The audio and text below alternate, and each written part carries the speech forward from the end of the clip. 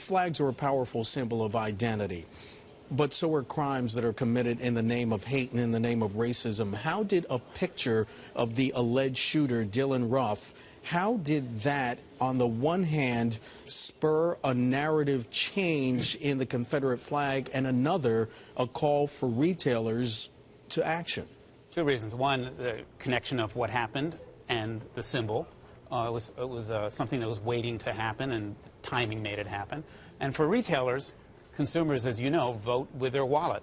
It's not only about the product. Younger consumers want to say, I like this company, I'm going to support it, I'm going to buy from it.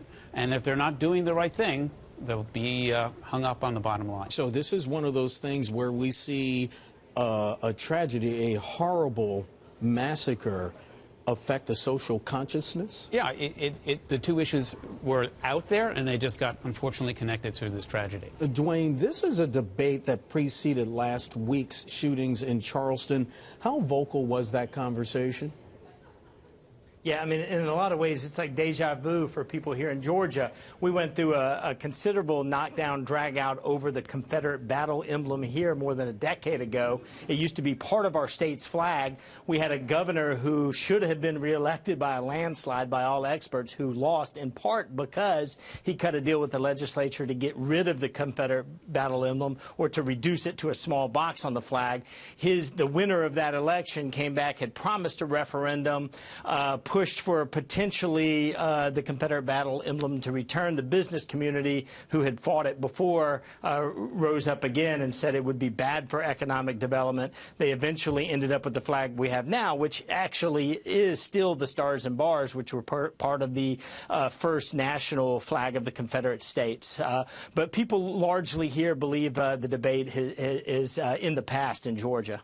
Mr. Adamson, how do you explain the fact that national retailers are pulling the Confederate flag and similar merchandise from their websites and from their store shelves, but manufacturers, their sales of the flag are surging? It's going to take time for the two to catch up. The retailers and the brands need to do the right thing. They need to follow what's going on and follow their conscience and be good corporate citizens. The manufacturers, when they're not being sold anymore through retail, will soon find out that the market is going to vaporize. Is this one of those things, sir, where you see people doing stuff not because it's the right thing to do, not because they have some sense of moral outrage, but is it business expediency? I think they're doing it for both reasons. I think retailers now and brands today need to bend over backwards to do the right thing, because consumers, as I said earlier, vote with their wallet. And if they don't like the behavior of a company, a brand, or an organization, they will let them know very quickly. And social media empowers that. Dwayne, as you mentioned in Georgia, big fight over the Confederate flag more than a decade ago. At that time, the business community wanted the flag to stay. What's the community, the business community, saying now? Yeah, I mean, they would absolutely still agree with that. They want no part of that battle emblem in the state. They feel like it makes a southern state look backwards, and it feels like if companies, car makers, for instance, are looking at a couple of states, they may shy away from a state that, in essence, with a symbol, tells part of its population that maybe they're worth less than another part of the population. So you're not going to see any big fights over that now, but there are people who still believe that flag represents the South. It represents the pride of the South.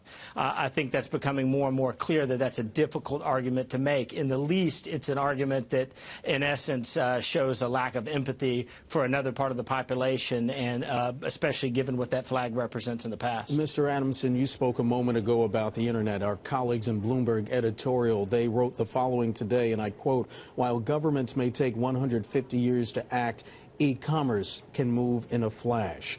Has the Internet helped to change the heritage versus racism debate in the southern U.S.? I think the more knowledge and more information sharing that happens, the faster policies have to change, the faster brands have to react, the faster marketers have to react. So I think it has put a magnifying glass on what was always true and turned up the volume and moved to action faster. And, sir, some of these retailers who decided they weren't going to sell a flag or pull some of that merchandise, is there a risk for them doing so? No. The risk would be to continue to sell the merchandise. They are doing the prudent thing for their brand and for their business, which is following what's happening on social media, following how people feel about them, and following good corporate citizenship.